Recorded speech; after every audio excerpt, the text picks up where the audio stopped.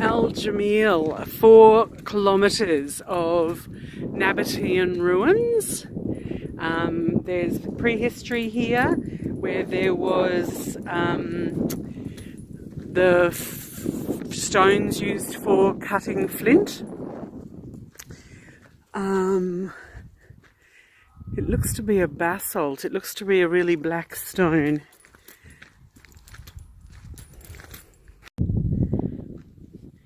This site of el-Jimal was a tetrarchy, so from the Roman times it was a garrison.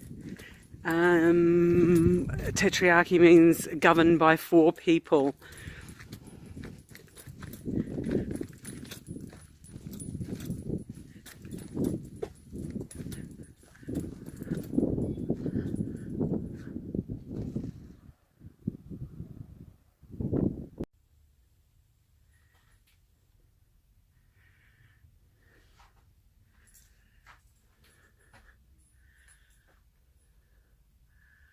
It's just amazing. You can see the long, thin stones acting as rafters in this space.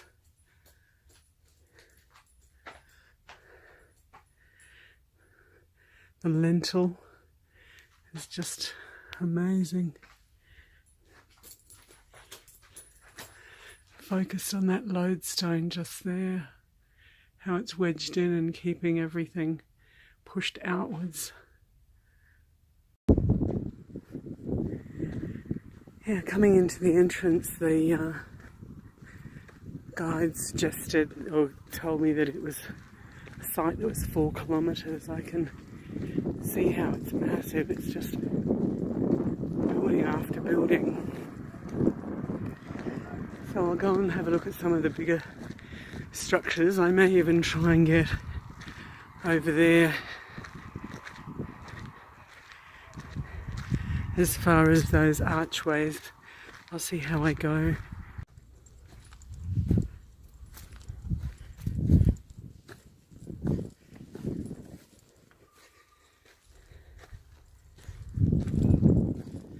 So this area, all of this castle, Al-Jimal, was a garrison at different times.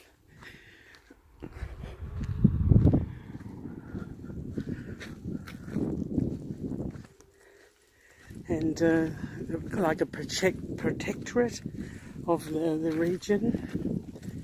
It would be governed from.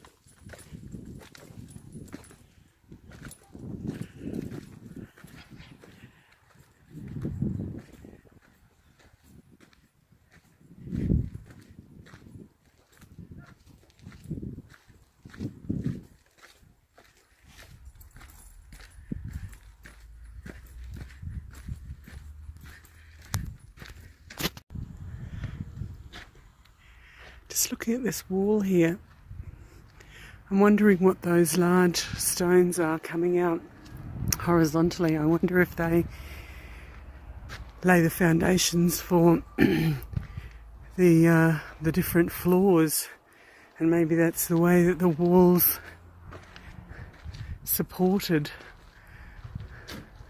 Maybe wooden floors or something.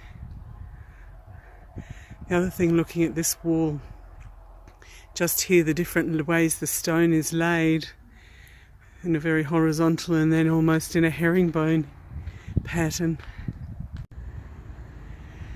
Looking at this very square looking building, the interesting thing I think is this staircase going up the side. Just the large flat pieces of stone just wedged in when the building was constructed to become the staircase. Just everywhere you look, there's just another building after building. Interesting thing I can see on this one is that window is at a really unique angle.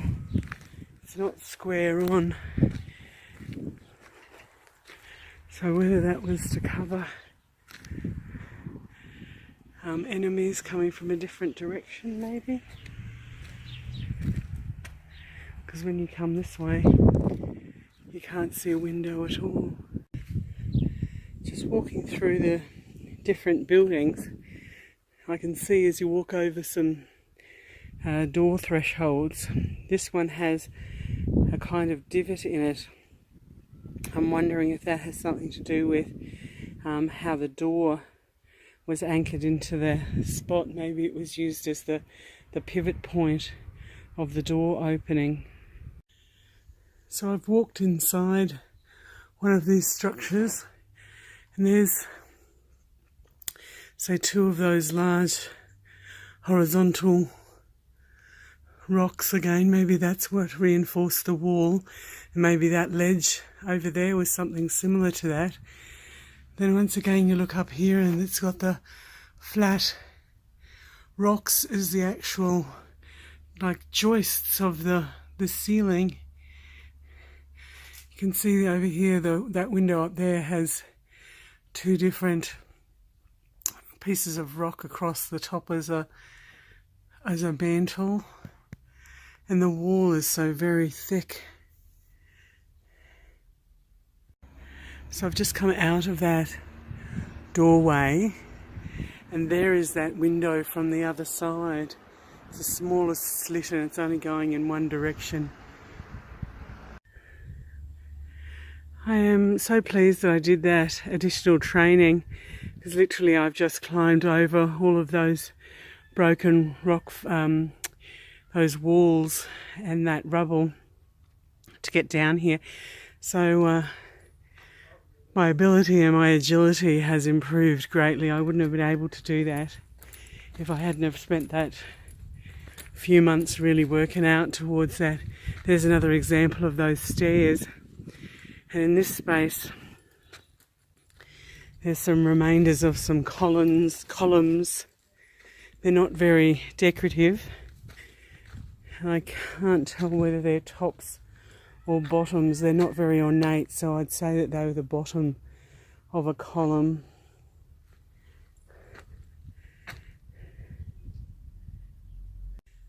So this building's clearly under some form of reconstruction. You can see some of the bricks there have numbers on them. So part of an archaeological dig. These don't have any numbers on them, so they might not have moved at any time in recent history. But if this was created in a time where there was no, formal handwriting and the equipment was fairly basic, all the geometry and the symmetry is just amazing, just wonderful creation to still be standing. So I've moved over to where I saw that archway from a distance, and you can see that it's a very impressive structure. I'm trying to get a little bit closer here. It even probably looks as if there was a layer underneath, looking at those supporting stones, and that looks like a reinforcement of a wall of some kind, maybe with a staircase going in between. But whatever this building was, it was very substantial. There's it's been a Christian as well as an Islamic site, so there's a cross there on that stone. Maybe this was some form of a Christian site. So I've come into the space where that cross is on that archway. But the other interesting thing is, now that I can see over here, you can see the outline of another building, another area. So there would have been a reinforcing area where the wall went to the other direction, and a small gap between these two stones probably indicated that there was a doorway there where the walls were in this space, then the door, and then maybe the wall going that area just next door to it. But it's like an architectural little discovery, isn't it?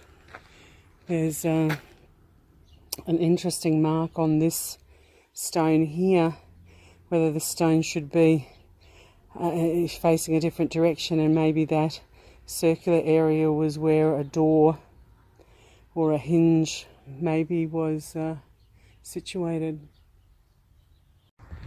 Moving past this area, there's a couple of columns, tops of columns there, so maybe they were part of this structure originally. So I'm just going to be in the last area that I'm going to explore, because I'm going to have to head back to the car because we've got so many other places to visit today. But this area looks to have almost like a small village, its own street structure. It's probably about 300 or 400 metres in length, comprising of different buildings. There's no real identifiable markings to say if they were Christian or not. It could, but yeah, I'm just standing in the middle of this massive ruin. It's just amazing. Wish I knew more about architecture to understand what I was genuinely looking at.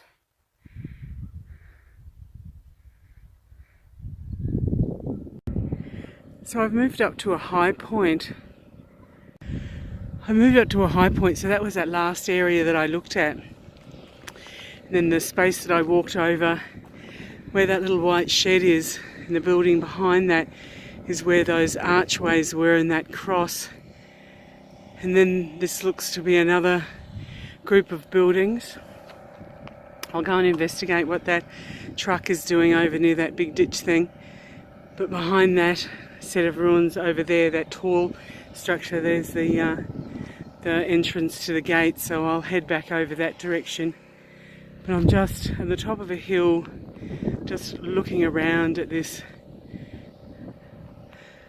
archaeological site. It just goes on forever. So in the middle of this archaeological site, there's a water dam. Clearly man-made. Very interesting. So I am trying to get to the entrance, but I keep passing all of these interesting sites. So all the reinforced wall down here looks to be interesting on top of those really solid bedrocks. So once again, maybe I should have got a guide. He'd be able to tell me what this space was for. So this space is just near the visitor centre, so clearly some of the more interesting rocks have been put in this area, or stones have been put into this area. This one with a circular carving. These ones that are round with a smooth centre. And this one here looks pretty interesting. Looks to have a reservoir at one end and then pours out using a channel coming down. The other things you can see here, these ones are carved, so these look like Roman writing. And it'd be very interesting to know what this conical or cone-shaped one did.